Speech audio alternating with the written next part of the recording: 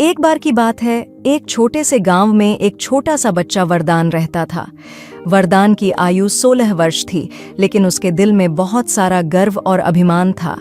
वह हमेशा अपने आप को बाकी लोगों से बेहतर समझता था और उसका दावा था कि वह किसी भी काम में सबसे श्रेष्ठ है। वरदान की अम्मा उसे हमेशा सिखाती रहती थीं कि अहंकार की बात अच्छी नहीं होती, लेकिन वह हमेशा अपनी माँ की बातों को ध्यान में नहीं रखता और खुद को बेहद बड़ा मानता था। एक दिन गांव में एक मेला लगा था। वरदान को मेले के लिए जाने का बहुत मन था। उसने अपने मित्रों को साथ लेकर मेले की ओर निकल पड़ा। मेले में अनेक खिलौने, मिठाई और जादूगर थे। वरदान को हर चीज देखने का और खरीदने का मन था।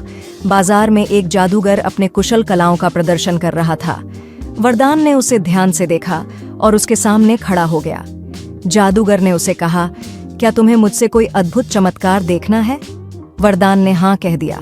जादूगर ने उससे एक चमत्कारी टोपी पहनाई और कहा, अब जब तुम यह टोपी पहनोगे तो तुम इतना बड़ा हो जाओगे कि सब लोग तुम्हें देखते रहेंगे।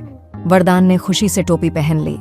जैसे ही वह टोपी पहनकर अपने मित्रों के पास आया, सभी लोग उसे चकित और आश्चर्यचकित हो गए। उन्होंने उसे देखकर अपने दोस्तों से वह कहने लगा कि वह अब सबसे श्रेष्ठ है और उसके साथ कोई भी मुकाबला नहीं कर सकता। वरदान की यह अहंकार उसके मित्रों को पसंद नहीं आया। वे उससे डर गए और उसे दूर हो गए। वरदान ने खुद को बहुत खुश महसूस किया।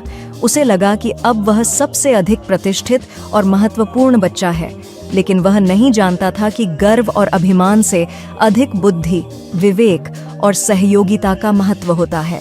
जब उसने अपने दोस्तों को खो दिया, तब उसे अपनी गलती का एहसास हुआ। वह जादूगर से माफी मांगने लगा और कहा कि मैं जैसा था वैसा ही कर दो। जादूगर ने वरदान को पुनः पुराने रूप में कर दिया। इस कहानी से हमें यह शिक्षा मिलती है कि हमें कभी भी अपने आप पर घमंड या अहंकार नहीं करना चाहिए।